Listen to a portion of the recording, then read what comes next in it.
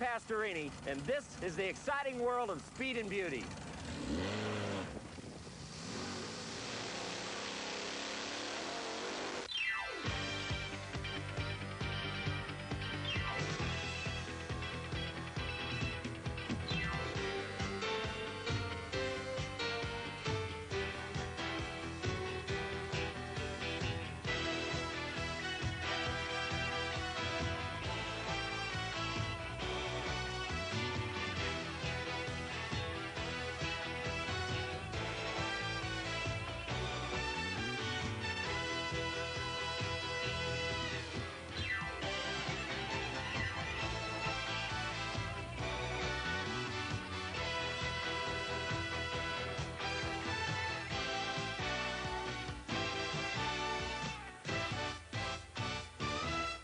Some racers become rich and famous, but today you'll meet racers who couldn't care less if they make money in the sport. They're having too much pure fun.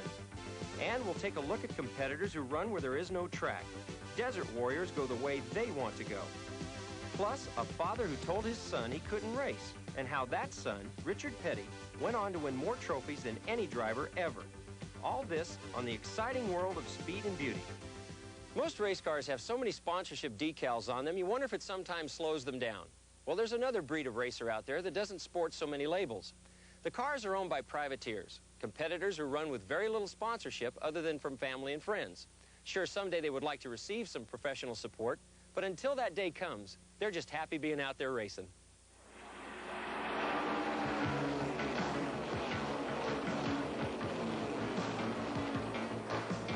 With 450 horsepower and more at their command, these drivers will blast around 120 laps, 300 grueling miles on the famed Daytona Oval. The will to win is strong among those who drive the Busch Grand National Series, once called the late model sportsman class. The Goodies 300 attracts some of the nation's top stock car drivers, and some who are still aiming at the top, like the Linville brothers, John and Dickie from Kernersville, North Carolina. They don't have big-name sponsors, but they do have a big determination to race. We still compete fairly well with the money that we have to do against the big money, but it's just the enjoyment. It's an addiction, almost like maybe an alcoholic. We're addicted to racing. Over the roar of a dozen engines, John and Dickie make a last-minute check of their individual cars. They'll be running against each other and the rest of the field of some 40 drivers. But family ties extend only so far. No, as a whole, it's one of those deals, you know, we will fight amongst themselves, but don't want nobody else fighting with us. Then that's when the family blood takes over, I guess. Another set of blood brothers is at the other end of racing's economic scale. Jeff Bodine, the 1985 300 champion, is a veteran driver with major national backing. His brother Brett is a decade younger, but Brett's already learned the value of a dollar. If you don't have a sponsor or a car owner that is capable of fielding a competitive car, you're not going anywhere. I know in this race especially, you'll see cars out there with nothing painted on the sides of them. They're looking for sponsorship. They won't be around much longer if they don't get sponsorship. That's just the name of the game.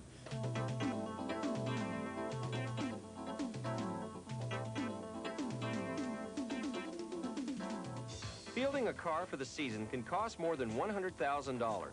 Many smaller independent operations depend on friends and family to fill in the financial gap. Everybody that's working on my crew is friends, volunteers, does it for nothing, just the enjoyment. They do not get a penny. It's just a sheer enjoyment of it. The enjoyment is usually enough to keep them going, despite the dangers. When they drop the flag, it never enters my mind. And if I had a son, I've got a daughter. If I had a son, I wish I had a son right now who could take over for me, because I'm about to age out. While the drivers are lining up, there's another group of people getting ready for the race, fans who follow the action across the country. It's exciting. The cars are fast. It's great. I like the excitement and the noise, the speed and the action, and the fans and the racing. It's the racing they've come to see. Some 70,000 people will spend the day with eyes glued to the track. I'd like to be out there myself, but you gotta come here and watch it every year. Every year brings new faces, rookies who get some special instruction from veteran track officials. Well, I think primarily they get out, and that big track out there is like the interstate highway, and more or less they do not continually think that it is a racetrack and you're running 190 to 200 miles an hour. Top drivers like Jeff Bodine say they have confidence in their competitors. The concern comes from a rookie, not having experience on this racetrack, and for us other drivers that drive together week in, week out, we don't know how they react to different situations and circumstances, so we have to be a little leery of running close to those rookies until we learn what they're going to do. But I think we have a good group of drivers out here today, and I don't expect too many problems. Other front runners agree. Because we're all out there to do the same thing, and that's run it as best as we can and to win the race. So, you know, I think they understand that this is a fast pace that's going to be set, and everybody's going to take their time. Some of the guys do not have a sponsor; they're independents. But all the cars out there are very good cars and good drivers and are capable of winning a race. So we really don't have any junk cars out there. You know, they all run good. For many drivers, a good run is what it's all about. A good run and a good living, with few stops along the way. To be able to make a living, something that I would just be willing to sacrifice everything I had to do as a hobby, is fantastic. You know, it's a little strange way to make a living, but it's just part of our family. On this particular day, Brother Jeff will make the best showing of the Bodine family, coming in second to Dale Earnhardt of Kannapolis, North Carolina.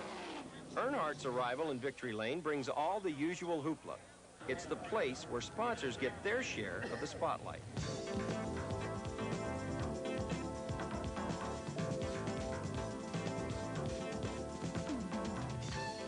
Even outside the spotlight in the Grand National Series, there's still room for competition, and most important, room to run. But you know, I'm proud of the fact that we've been in it a long time, and both of us know what it takes to run fast and run up front. But the maintenance of our car is what we depend on, is being there when the checkered flag is thrown.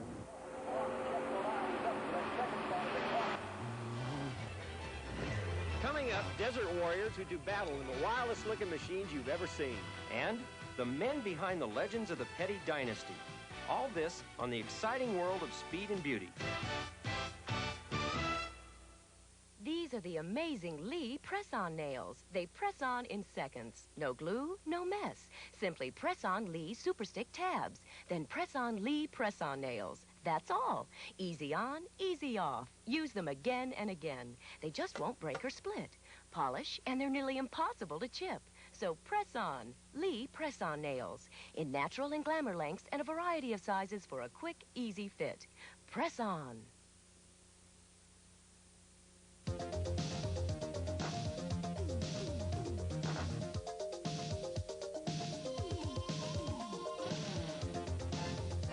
Casual sophistication. Miller's Outpost. Bugle Boy pants, $19.97 each.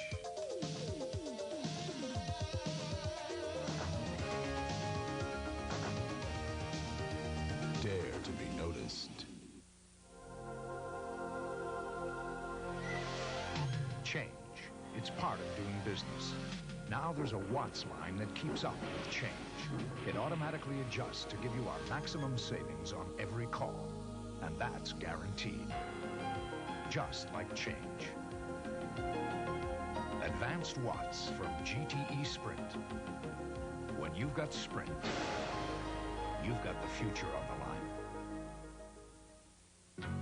Now, every U.S.-built Dodge car and truck includes a special thank you from your Dodge dealer. Because right now, you can get up to $1,000 cash back. Not on just a few models, but on every U.S.-built Dodge in stock.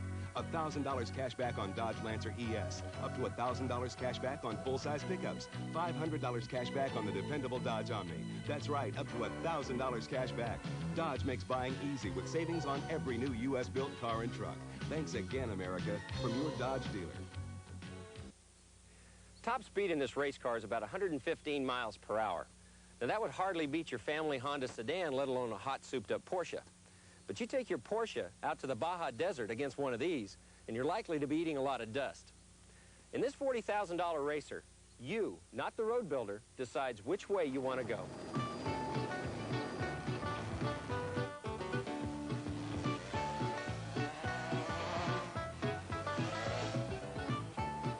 They are rugged adventurers who pit themselves and their machines against desolate, nasty terrain, combating extreme desert heat and freezing snow. These men are the modern-day cowboys riding the iron horse of the 80s, the all-terrain vehicle. This is the story of the men who race these cars.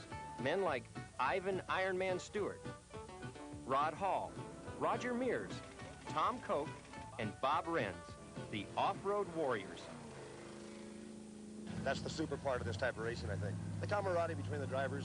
You get out in the middle of nowhere, in the middle of this Nevada desert, and each driver is going to watch out for the other guy. I think you see a guy upside down or needs some help, you'll stop and give him a hand.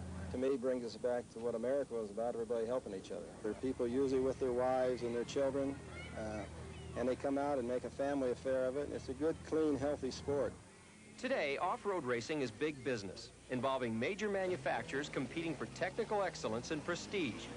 But it wasn't always like this.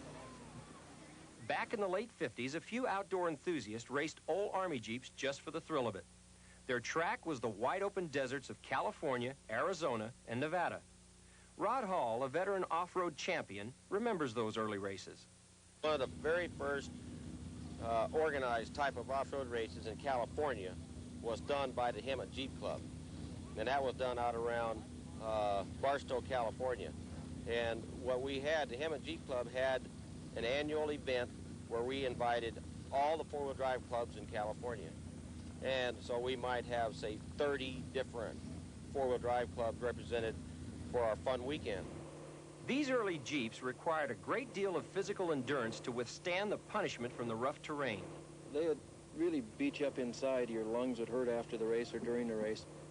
The primitive suspension on these stock Jeeps made enthusiasts look elsewhere for a smoother ride. They found it in one of the most popular automobiles ever built, the Volkswagen Bug. One of the things that made Volkswagen as attractive to the sport as it has been because of the individual wheel suspension, the torsion bar suspension and so forth that's on those vehicles. Combine this with German ingenuity and American imagination. The result, a racing legend, the Dune Buggy, the prototype of the exotic off-road vehicles of today. These tougher cars needed a new, rougher challenge, an off-road endurance race that would test the limits of man and machine. American Motors Corporation, they were doing those commercials where they had the American Motors Ramblers going down the Baja Peninsula. And a lot of the guys that were fooling around with four-wheel drive cars and dune buggies and motorcycles said, heck, we can get down there faster than those Ramblers can. And they teed it up and went on down, and that's how Baja kind of got started. One of those guys was Ed Perlman. Ed and a group of friends laid a bet on who could get from Ensenada to La Paz quickest, 1,000 miles across the Baja Peninsula. Rod Hall was part of that race. We didn't look at them as how fast you could get to La Paz. It was a matter of how to get to La Paz and let's just make this one down there. And so a lot of it was even trying to find the course, because on our first Baja 1000, Miner and I had never been to La Paz. We didn't even know which way to go after we got out of Ensenada. Ed enjoyed himself so much, he formed the National Off-Road Association. Since then, off-road racing has never looked back.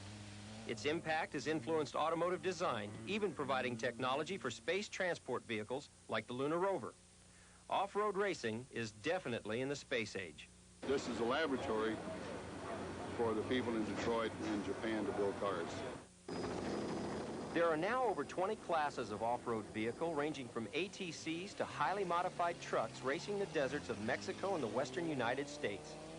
The likes of the Mid 400 and the Baja races, we have some of the most sophisticated racing equipment in the world.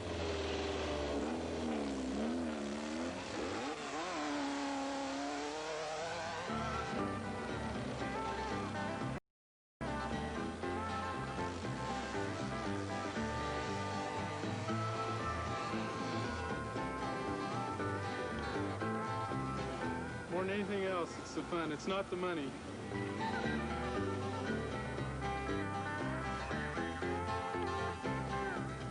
I think because it's really exciting, you know, and it's something that a lot of people can afford to do a little bit. Puts people back down to earth and back together and have a little fun, and in a sport which is a sport. It's not something you make money at, it's something you do for the love of it. It really makes me proud to be associated with this type of racing. The dream that I have to see off-roading become recognized nationally, and other people love it and enjoy it as much as I do.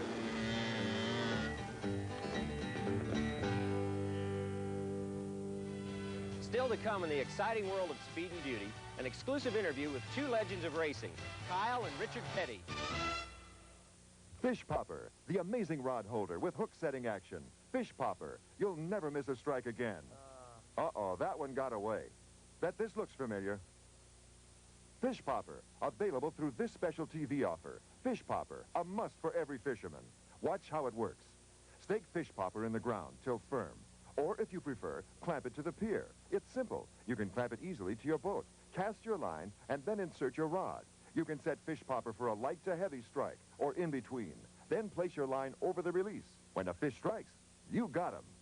Makes fishing easier for beginners and a lot more relaxing and enjoyable for you pros. A fabulous gift idea for the fisherman in your life. A must for every fisherman. Order now. Don't let the big ones get away. Call 1-800-334-1212 to save COD charges. Use your credit card or send $19.95 plus $3 postage and handling to Fish Popper, Box 60, Department S, Los Angeles, California. That's 1-800-334-1212. Order now. It's Phil and Jim's 33rd annual clearance sale with clearance prices in every store, on appliances, on video, on TV, and more. Like this Hotpoint 2-speed 4-cycle washer with permanent press setting and 3 wash-rinse combinations at $349.88. Or on this 3-cycle electric dryer, including special cycles for fluff or permanent press at $269.88. Come on in, it's a big one. 1,087,646, an impressive sales achievement for any business. But even more impressive, this sales achievement is for Oldsmobile. During the '85 model year, more Americans purchased Oldsmobiles than Buick, than Pontiac, than Lincoln, than Mercury, than any Chrysler, more than any import. More, in fact, than Toyota and Honda combined. Surprised? You shouldn't be. This was Oldsmobile's 4th year over $1 million, and the best news for you is we're going for 5.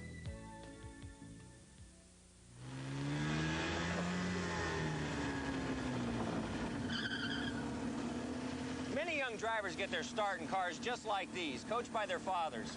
Well, when Lee Petty's son Richard asked him to go racing at age 17, his father made him wait 4 years. Well, it must have made Richard awfully hungry, because he went on to be the winningest driver in motorsports history. Here's Mary Ann Bunch to take another look at the men behind the legends of racing.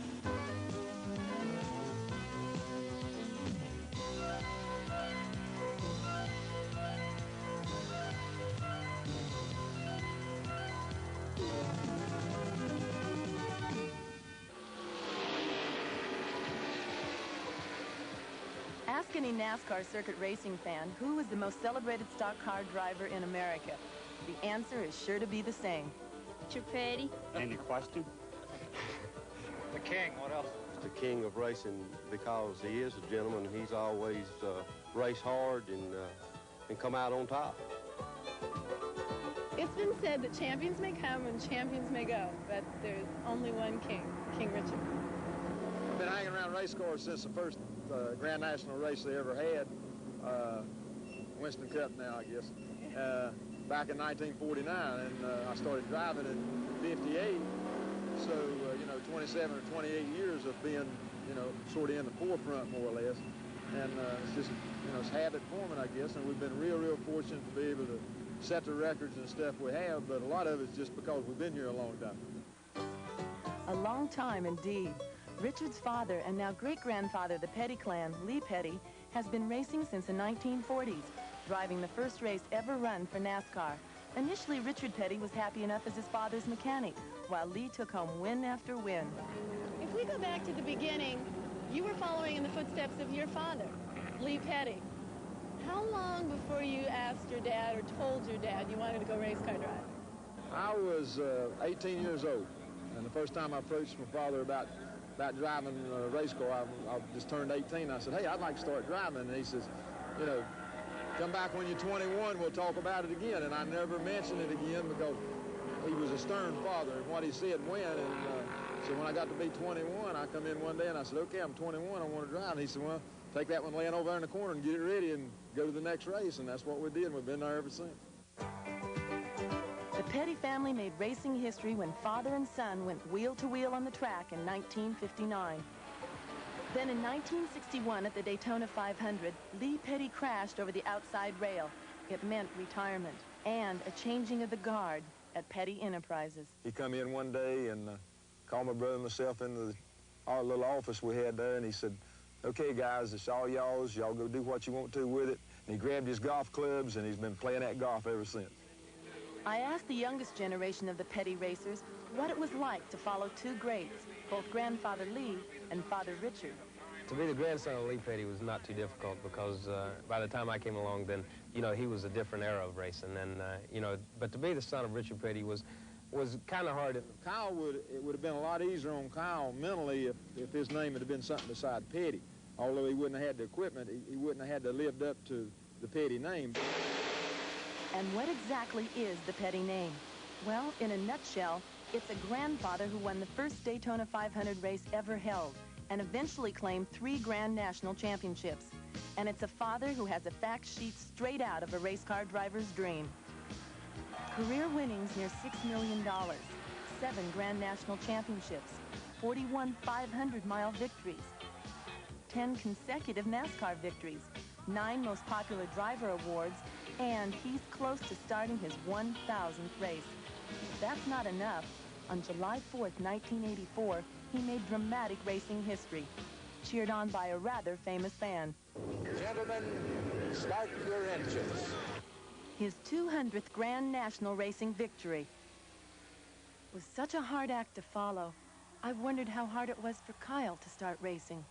I was able to get sponsors and have somebody else finance my racing, which made it easier for me to race. And, you know, on the other hand, I think a lot of fans expected, because my last name was Petty, that I was supposed to come out of the box and win every race coming and going, just like my father had up until that time.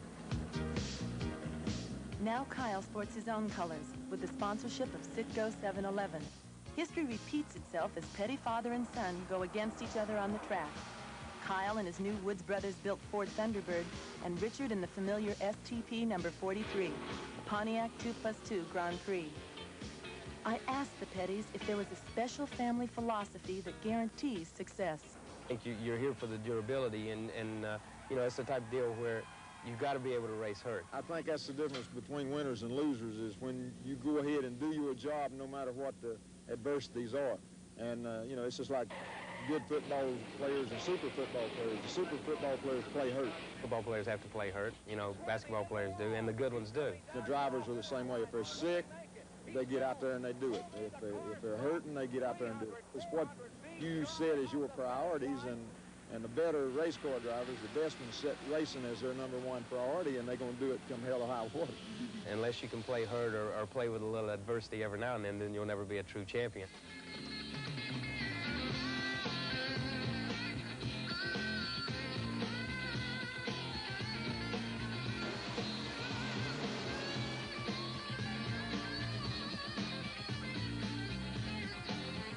The Petty family racing tradition, what would you like that to stand for? Winning, that's it. You know, that's what they've stood for, the Petty name, and the Petty tradition has stood for the last 20 or 25 years, and to carry that on would be good enough.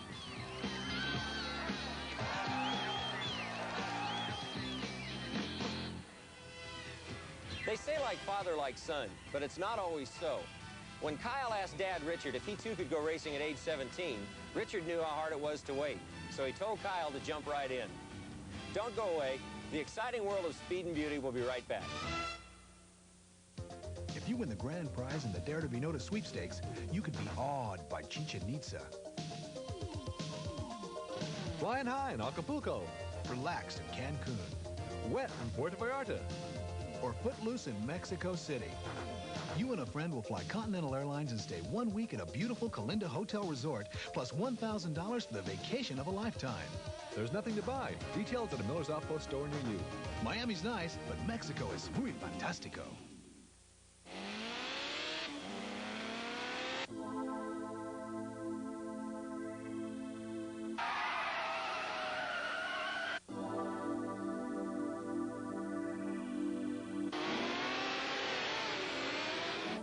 Last year, one car won 9 major GTO races against Corvette, Porsche, even Ferrari. The Ford Mustang. But here's something even more impressive. Now you can get 9.9 financing on 86 Mustangs and other great Fords. I spend more than half my time talking on the phone with clients, with the press, just keeping in touch with friends in the business. Regis and I worked together 15 years ago. Then I went into venture capital and he went into high-tech marketing. But we stay close, mostly by phone. So one day Regis calls and suggested that I meet with 2 of his clients. We brought together Steve Jobs, Steve Wozniak, another old friend. And Apple Computer was born. The most successful business calls are personal. Torval and Dean. You saw them win the hearts of millions at the '84 Olympics. Now, for the first time in America, see them in person. Vidal Sassoon presents Torval and Dean, together with a cast of international skating champions. Tickets at May Company, Music Plus, and Sportmark. Vidal Sassoon presents Torval and Dean, the World Tour, the most dazzling ice spectacular ever. I wonder if there's a future champion out there in this Malibu Grand Prix circuit. If there is, I'm sure he or she knows what my favorite feeling is: speed. Here's what's coming up soon on the exciting world of Speed and Beauty. We'll meet the man who's built and designed vehicles for Hollywood movies, the Sahara Desert, and for the moon. When the going gets tough, call David Chrysler. And we'll ride in the highest style in California Exotica. There are more Lamborghinis, Lolas, Ferraris, and cars I've never even heard of rolling around California than anywhere else in the world. And you'll learn the secrets of engine building from the king. If you've got a Keith Black engine under your hood, you've got the Rolls-Royce of race engines. Well, that's it for now. I'm Dan Pastorini. I'm going to go out here and have some fun. Join us again next week on the exciting world of Speed and Beauty. Until then, have a safe one.